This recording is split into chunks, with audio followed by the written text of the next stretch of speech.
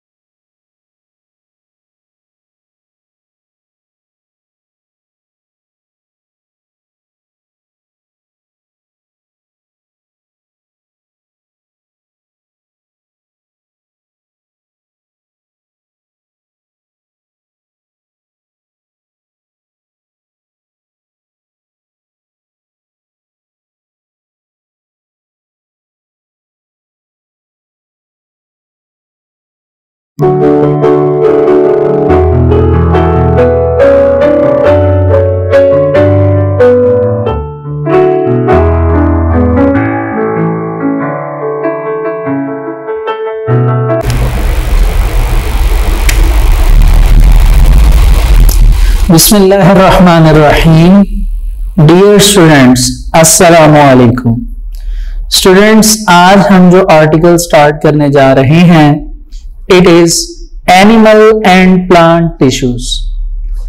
आपको याद होगा स्टूडेंट्स कि आपको ये बताया गया था प्रीवियस लेक्चर में कि इस चैप्टर का 70% सेल के ऊपर जो थी वो डिस्कशन हम कंप्लीट कर चुके हैं। बाकी जो इस चैप्टर का 30% है वो बेसिकली हमारे पास टिश्यूज पर है, यानी हमने सेल्स की डिस्कशन कर ली, अब हम टिश्यूज की डिस्कशन करेंगे। तो इसके लिए स्टूडेंट्स आप बुक के पेज नंबर 74 पर आ जाइए। पेज नंबर 74 पर आपको एनिमल एंड प्लांट टिश्यूज के बारे में एक आर्टिकल नजर आ रहा होगा।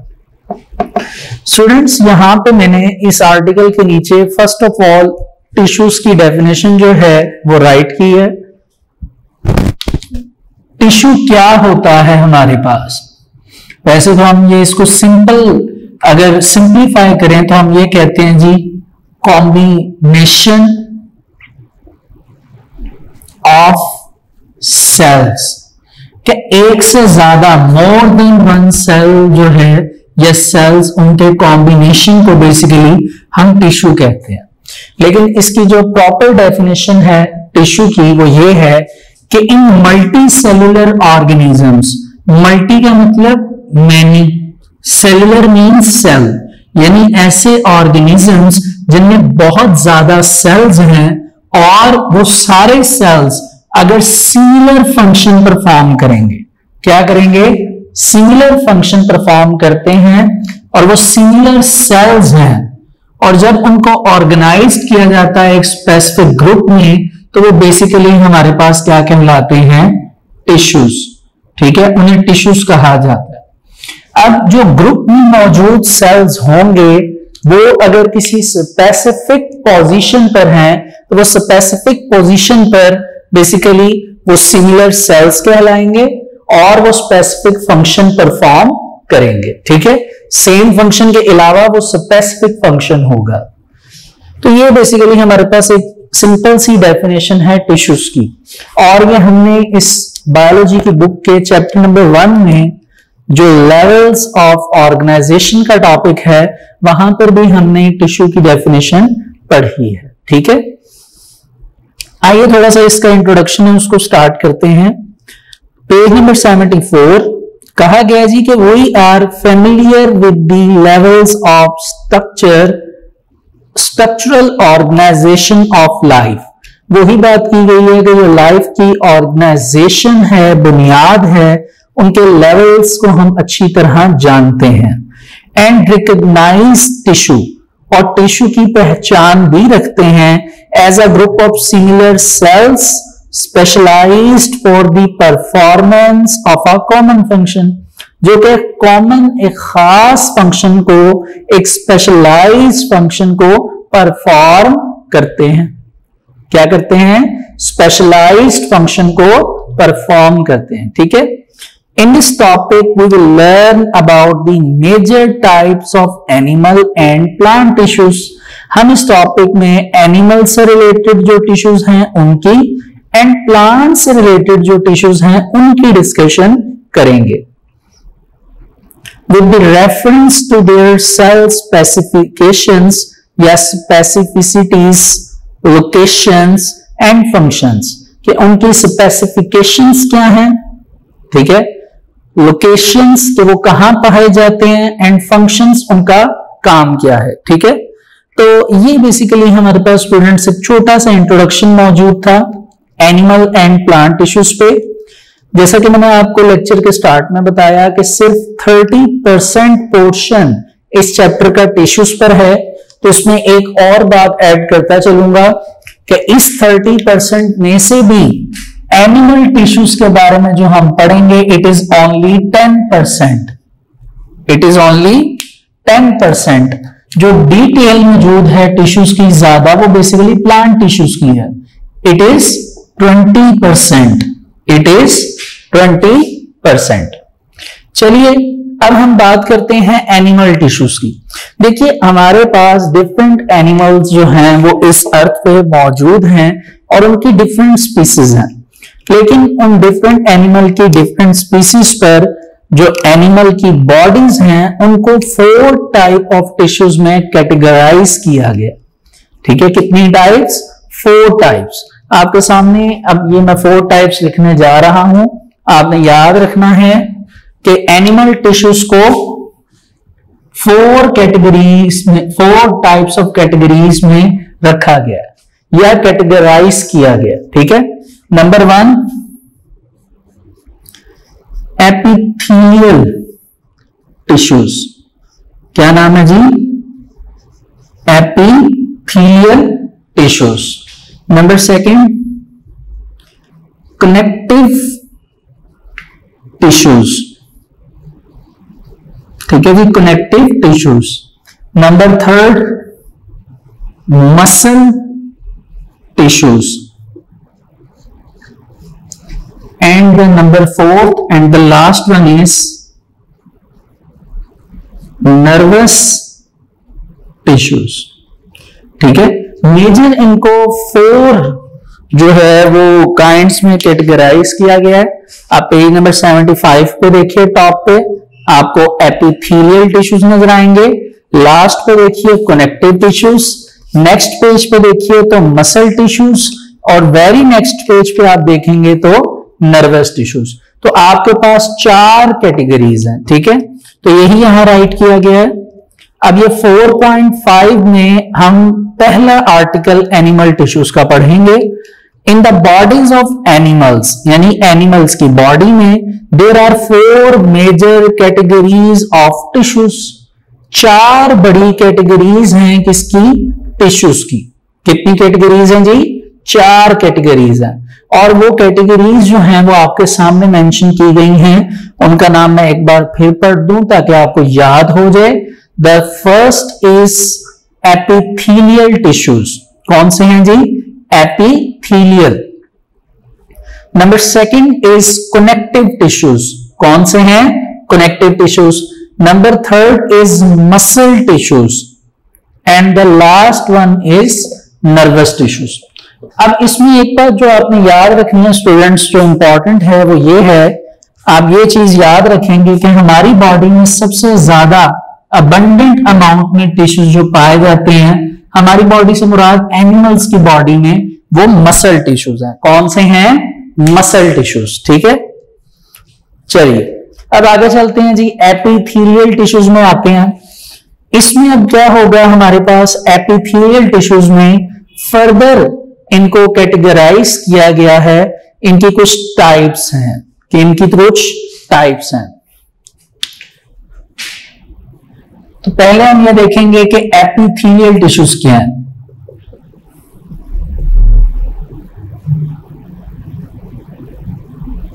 एपिथेलियल टिश्यूज ऐसे टिश्यूज होते हैं जो आउटसाइड ऑफ द बॉडी पाए जाते हैं। इंपॉर्टेंट बात यह है कि ये आउटर लेयर पर होते हैं, यानी जो स्किन होती है बेसिकली ये वहां पर पाए जाते हैं, या आप ये कह सकते हैं कि ये आउटसाइड ऑफ द बॉडी को इजीली कवर करते हैं। इजीली क्या करते हैं? कवर करते हैं। तो कहा गया जी कि epithelial tissue covers the outside of the body and lines organ and cavities. ठीक है, कुछ इंपॉर्टेंट ऑर्गन्स भी हैं। जैसे हम अभी आगे चलेंगे तो हम देखेंगे कि एक इंपॉर्टेंट ऑर्गन है ट्रेकिया। ठीक है, it is also called wind pipe. अब इस पर specific type of epithelial tissues जो हैं वो पाए जाते हैं। The cells in this tissues are very closely packed together। के cells इसमें काफी ज्यादा एक दूसरे के करीब होते हैं, एक दूसरे के क्लोज होते हैं। ठीक है, this tissue has many types on the basis of the shape of the cells। यानी जो shape of the cells है या cell है उसकी बेस पर हमने बेसिकली इनको कई टाइप्स में डिवाइड किया है, as well as the number of cell layers। Cell layers का मतलब क्या होगा कि उनमें कितनी लेयर्स हैं, वो मोनोलेयर है, डाई लेयर है, या उसमें बहुत सी लेयर्स हैं, मैनी लेयर्स। इस बेस पर और उनकी जो सेल की शेप है उस बेस पर बेसिकली हमने इनको आगे फर्दर डिवाइड किया है।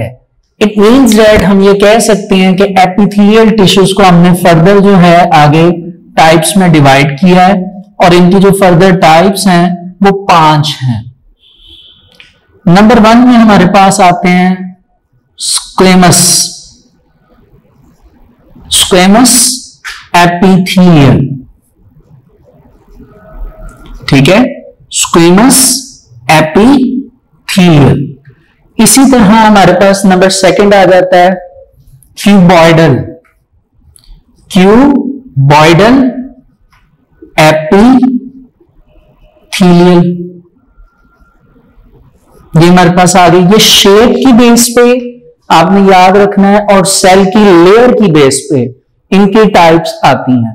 पहले नंबर पे आप स्क्वेमस देखें, एपिथेलियल आपको नीचे डायग्राम नजर आएगी, फिर आपको दूसरी डायग्राम क्यूबॉइडल की नजर आएगी। कौन सी?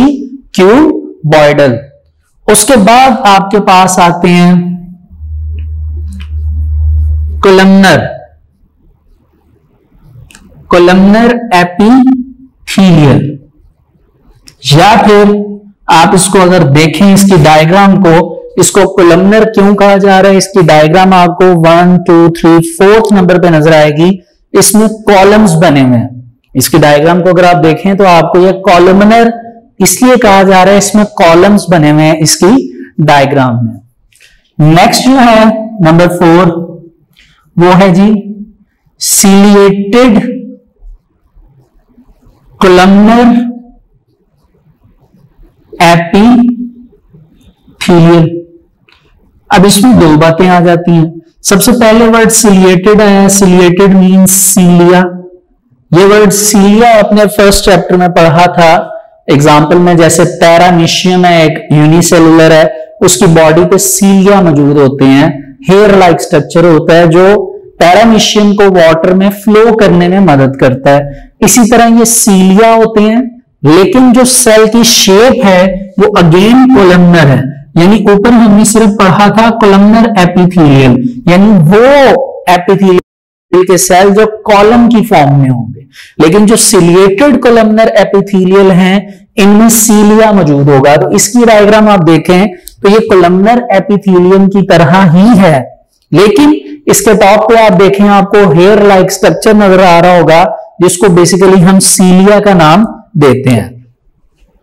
लास्ट पे हमारे पास आते हैं जी स्ट्रेटिफाइड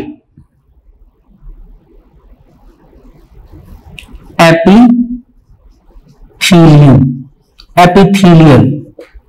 ठीक है, स्ट्रेटिफाइड एपिथेलियल। अच्छा स्टूडेंट्स, इसमें स्ट्रेटिफाइड जो है अगर आप इसे देखें स्ट्रेटिफाइड, और एक बात मैंने भी आपको इसमें बतानी है, वो एडिशनल है। स्ट्रेटिफाइड की अगर आप शेप देखें, it is so much different to the others. आप उसकी शेप अगर गौर से देखें तो उस शेप में आपको डिफरेंट न्यूक्लियस नजर आ रहे होंगे, हर एक सेल में आपको न्यूक्लियस नजर आ रहा होगा और उसकी शेप जो है वो बाकी सबसे क्या है, डिफरेंट है। अच्छा, इधर एक एडिशनल बात क्या है स्टूडेंट्स के, अगर आप देखें तो जो लेयर होती है उसको हम नाम देते हैं एपिथेलियम। जो लेयर होती है उसको नाम क्या दिया जाता है, एपिथेलियम। ठीक है, अब क्योंकि यहां पे हमने जो टाइप्स पढ़ी हुई हैं ये लेयर्स के साथ और शेप के साथ हैं, और इसमें वर्ड हम एपिथेलियल की बजाय एपिथेलियम यूज करेंगे। क्या यूज करेंगे, एपिथेलियम। ठीक है, इन सब में हम चेंज करेंगे, एपिथेलियल नहीं एपिथेलियम यूज होगा। सिंगुलर वर्ड है ये एपिथेलियम। ठीक हो गया जी। अब आपने याद क्या रखना है कि लेयर की बेस पे एपिथेलियम कहा गया, ये सिंगुलर है। दूसरा, आपने ये जितनी भी टाइप्स अभी राइट की हैं ये आपने साइज, शेप, लेयर, ठीक है। एक चीज और आ जाती है लोकेशन की, ये कहां पाए जाएंगे। मिसाल के तौर पे बॉडी की किस जगह पे आपको कोलमनर सेल पाए जाएंगे, किस जगह पे आपको सिलिएटेड कोलमनर सेल्स पाए जाएंगे, या एपिथेलियम बेसिकली हम इन्हें कहेंगे। तो ये लोकेशन भी बहुत मैटर करती है। तो इनका साइज मैटर करता है, शेप मैटर करती है, इनकी पोजीशन जो है यानी लोकेशन मैटर करती है, और लेयर मैटर करती है। लेयर का मतलब कि इनमें कितनी लेयर्स मौजूद हैं। ठीक है, तो आइए देखते हैं इनकी लोकेशन के ये कहां पे पाए जाते हैं, किन किन जगहों पर पाए जाते हैं और कौन सी टाइप है। तो सबसे पहले हमारे पास आते हैं स्टूडेंट स्क्वेमस। क्या वर्ड है, squamous epithelium. It is consist of single layer of flat cell. कौन सा सेल है जी, बिल्कुल फ्लैट, सीधे। आप देख सकते हैं डायग्राम में भी फ्लैट सेल आपको नजर आएंगे, and it consist of single layer. तो अब आपने देखा कि इसमें हमने सबसे पहले देखा कि इनकी लेयर जो है वो कैसी है जी, सिंगल है, और सेल जो हैं वो कैसे हैं, शेप में फ्लैट हैं। क्या है, फ्लैट है। It is found in lungs. अब आपने देखना है कि ये कहां पाए जाते हैं, इनकी लोकेशन क्या है या पोजीशन क्या है।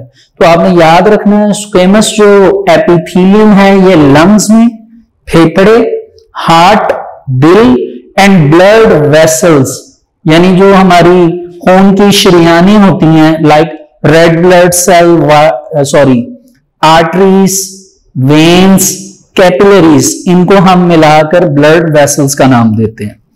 इसके बाद लिखा हुआ है जी कि here it allows the movement of materials across it, यानी यहां से बहुत से मटेरियल जो हैं वो क्या करते हैं, मूव करते हैं। नेक्स्ट है जी हमारे पास क्यूबॉइडल। वर्ड से पता चल रहा है इसकी शेप क्यूब स्ट्रक्चर होगी। क्यूब का मतलब जो 3D स्ट्रक्चर होता है, इस स्ट्रक्चर के बारे में भी हमने पहले डिस्कस किया हुआ है। तो क्यूबॉइडल एपिथेलियम क्या है जी, it is consist of single layer of cube shape cell. Single layer होगी, एक लेयर होगी और क्यूब शेप होगी। कैसी शेप होगी, क्यूब शेप होगी। It is found in kidneys tube. Kidney की जो ट्यूब्स होती हैं उसमें ये पाई जाएंगी। किडनी की जो ट्यूब होती है, आप अंडरलाइन करके लिख लीजिए, वो बेसिकली यूरेटर जो ट्यूब है वो किडनी की ट्यूब होती है। ठीक है। Small glands. ग्लैंड्स क्या होते हैं स्टूडेंट्स, फिल वक्त आप याद रखिए, आप ग्लैंड्स के वर्ड को अंडरलाइन करके केमिकल्स लिख सकते हैं। कुछ केमिकल्स होते हैं where it makes secretions. Secretion यानी सिक्रीट होना, निकलना, जहां पे ये काम करते हैं वहां पर ये बेसिकली मौजूद होते हैं। नेक्स्ट है जी कॉलमनर। इसकी शेप के हवाले से तो आपको पहले बता दिया गया है कि ये लॉन्ग होते हैं। ठीक है, वाई एक्सिस पे आप देख सकते हैं, वाई एक्सिस पे इनकी डायग्राम है, कॉलम की फॉर्म में है, तो इसलिए इन्हें कहा गया है कि they are elongated cells. Elongated यानी लंबे होते हैं। कहां पाए जाते हैं जी, एलिमेंट्री कनाल। एलिमेंट्री कनाल क्या है जी, सोचने वाली बात है। याद रखिए एलिमेंट्री कनाल, मैं यहां पे लिख देता हूं,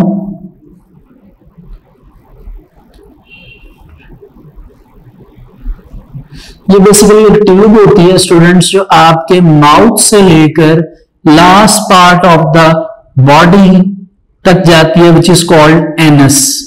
इसको हम बेसिकली एलिमेंट्री कैनाल का नाम देते हैं।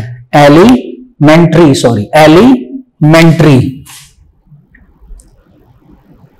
ठीक है, एलिमेंट्री कैनाल। गॉल ब्लैडर आ जाता है etcetera, where it makes secretion, same वही बात।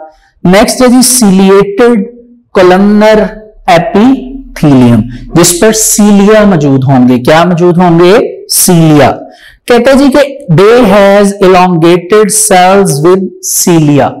सीलिया क्या है जी? ये आपको भी बताया गया, छोटे से हेयर लाइक स्ट्रक्चर होते हैं, ये इन पर मौजूद होते हैं। अब जहां जहां पर जिस ऑर्गन में ये सिलिएटेड कोलमनर एपिथेलियम पाई जाएगी लेयर, बेसिकली वहां पर सीलिया मौजूद होगा और उसका एक फंक्शन होगा।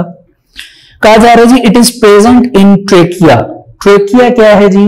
Wind pipe. अंडरलाइन करके आप लिखेंगे विंड पाइप, जहां से सांस जो है वो एयर ट्रेवल करती है। नेक्स्ट है जी एंड ब्रोंकाई। ब्रोंकाई क्या चीज है जी स्टूडेंट्स? ये बेसिकली ट्यूब्स होती हैं जो लंग्स में एंटर करती हैं। जिसमें किस में एंटर करती हैं? लंग्स में। ऊपर ट्रेकिया ट्यूब होती है, ट्रेकिया आगे जाके सब डिवाइड होती है दोनों लंग्स में। तो वो जो डिवीजन है बेसिकली वो ब्रोंकाई होती हैं। वो ट्यूब्स क्या होती हैं? ब्रोंकाई। एक ट्यूब की बात की जाए तो वो ब्रोंकस कहलाती है। इसके बाद क्या लिखा जी? प्रोपल्स म्यूकस। अब तीन जो यहां पे हैं, ट्रेकिया, हमारे पास टर्मिनोलॉजीज पहले नंबर पे ट्रेकिया है, फिर ब्रोंकाई है और फिर बात की गई है प्रोपल्स म्यूकस। देखिए इसमें जो ट्रेकिया है इसमें मौजूद होते हैं सीलिया, हेयर लाइक स्ट्रक्चर होते हैं। जितनी भी एयर एंटर होती है वो ट्रेकिया में से गुजर के हमारे लंग्स तक जाती है, तो इस एयर को स्पेसिफिक वे से नोज में फिल्टर किया जाता है। लेकिन अगर कोई डस्ट पार्टिकल्स अंदर एंटर हो भी जाएं तो ये सीलिया के ऊपर आ जाते हैं। सीलिया जो है ये ऐसे एयर की वजह से मूव कर रहे होते हैं ऊपर टॉप पे और बॉटम पे ऐसे, ठीक है। जब इनके ऊपर अच्छी तरह डस्ट पार्टिकल्स जमा हो जाते हैं और इनकी हल्की मूवमेंट ऐसे रहती है, तो इस मूवमेंट की वजह से जोर से ये प्रेस करते हैं, फोर्स लगाते हैं, जिसकी वजह से डस्ट पार्टिकल्स बाहर की तरफ आती हैं। अगर वो dust particle through the nose बाहर आए तो इट इज कॉल्ड स्नीजिंग, और अगर ये माउथ की तरफ से बाहर आए then it is called coughing, ठीक है। ये तब होता है जब ये अच्छी तरह सीलिया जो है वो डस्ट पार्टिकल से भर जाते हैं। ऐसा तो नहीं होता हमें हर मिनट बाद छींक आ रही है, हम स्नीज कर रहे हैं, या हर मिनट बाद जो है हम खांसी कर रहे हैं, ऐसा नहीं होता। हम जिस एनवायरनमेंट में रहते हैं अगर वो प्योर एयर वाला है, वहां पे डस्ट पार्टिकल्स कम हैं, तो हमें छींक और खांसी कम होगी, ठीक है। अगर कोई दूसरी बीमारी नहीं है, ठीक है, फ्लू वगैरह नहीं है एटसेट्रा, सिंपल सर्कमस्टांसेस की बात हो रही है। और अगर हम किसी ऐसे एनवायरनमेंट में रहते हैं जहां पे डस्ट बहुत ज्यादा है, डस्ट पोल्यूटेंट्स बहुत ज्यादा है, वेस्ट है एयर का, और वो हमारे अंदर ट्रेवल होगा, तो हमें खांसी भी ज्यादा आएगी और ये सारा कुछ भी होगा। क्यों? क्योंकि ये अच्छी तरह उस डस्ट पार्टिकल से भर जाएंगे। इसी तरह जो टर्म लिखी हुई है जी प्रोपल्स, प्रोपल्स का मतलब क्या होता है? निकालना। और यहां पे जो टर्म लिखी है म्यूकस, ये क्या होता है? एक स्टिकी मटेरियल होता है। अक्सर खांसते वक्त जो रेशा बन जाता है, बूढ़े लोग आपने देखा होगा, वो जब खांसते हैं वो रेशा बनता है, बेसिकली वो वेस्ट होता है, उसे म्यूकस कहते हैं। प्रोपल्स का मतलब निकालना, ठीक है। तो ये भी सिलिएटेड कोलमनर एपिथेलियम की वजह से है। लास्ट हमारे पास एपिथेलियल टिश्यू की लेयर आती है, it is called stratified squamous epithelium. कहते हैं इट हैज मैनी लेयर्स, इसकी बहुत ज्यादा लेयर्स होती हैं, और ये फ्लैट सेल्स होते हैं। कौन से होते हैं? Flat sales.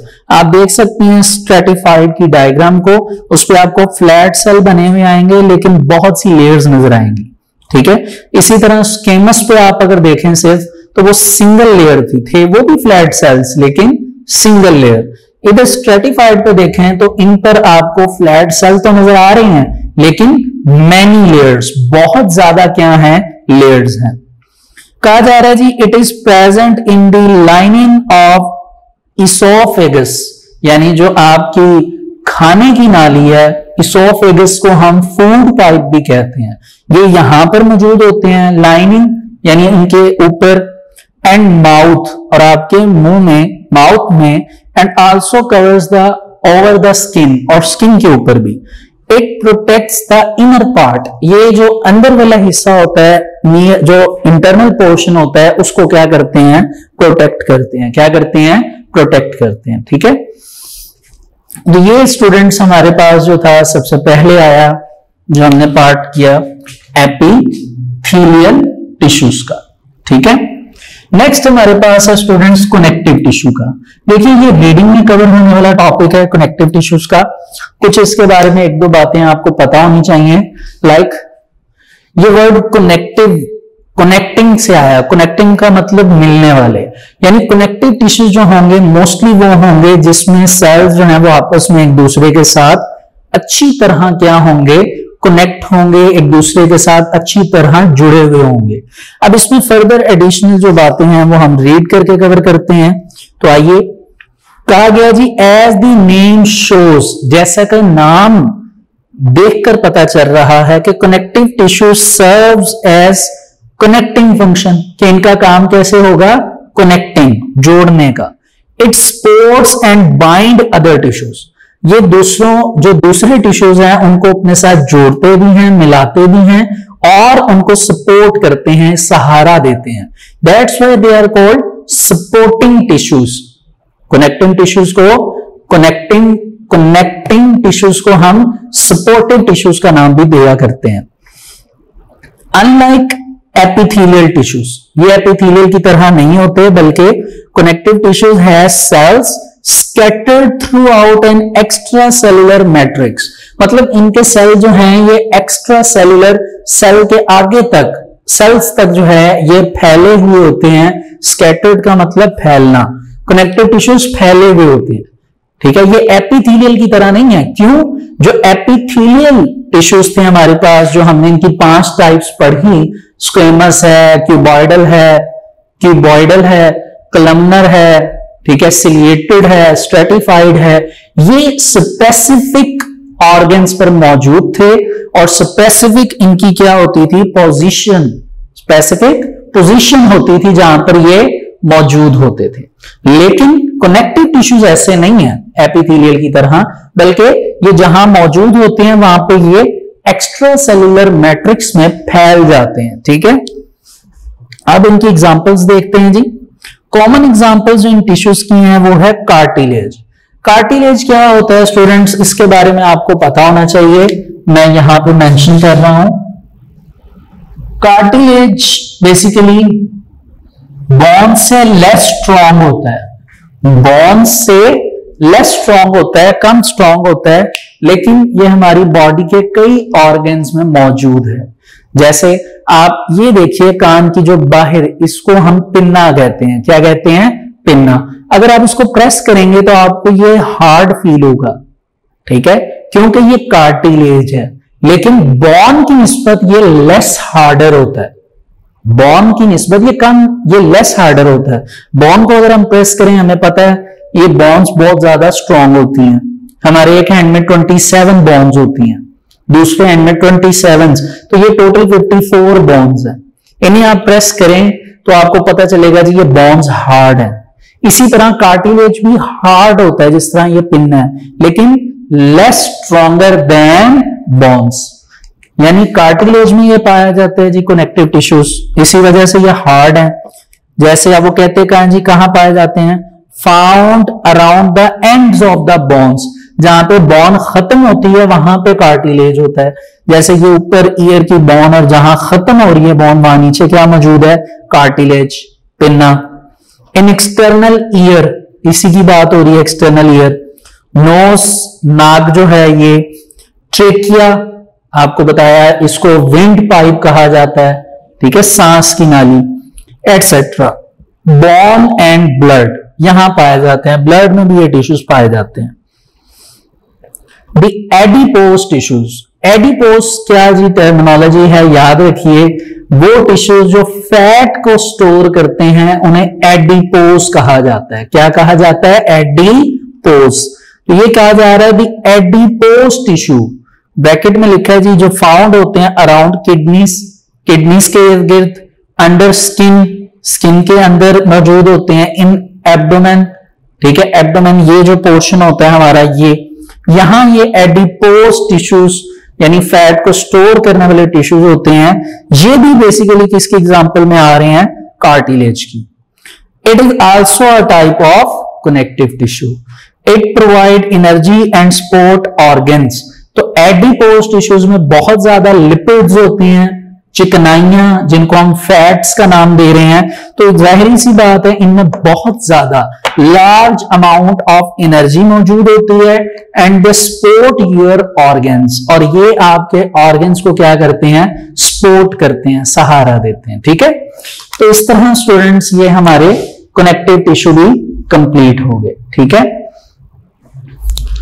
तो स्टूडेंट्स टिश्यूज का ये सिलसिला हम आज यहां तक स्टॉप करेंगे, इंशाल्लाह नेक्स्ट लेक्चर में हम इसको कंटिन्यू करेंगे और उसमें हम मसल एंड नर्वस टिश्यूज की डिटेल में डिस्कशन करेंगे और फिर इंशाल्लाह हम प्लांट टिश्यूज की तरफ मूव करेंगे। अभी के लिए आपने स्टूडेंट्स इसमें एपिथेलियल टिश्यूज का लॉन्ग क्वेश्चन याद करना है, नहीं तो इसमें बहुत इंपॉर्टेंट एमसीक्यूज हैं जो आपको आ सकते हैं, ठीक है। कनेक्टिव टिश्यू को आपने शॉर्ट क्वेश्चन के तौर पर याद करना है, 2 एग्जांपल्स मौजूद हैं, आपने कोई से एक एग्जांपल याद कर लेनी है। तो स्टूडेंट्स आज हमारी मुलाकात यहां तक ही थी, अभी के लिए मुझे इजाजत दीजिए, अल्लाह हाफिज।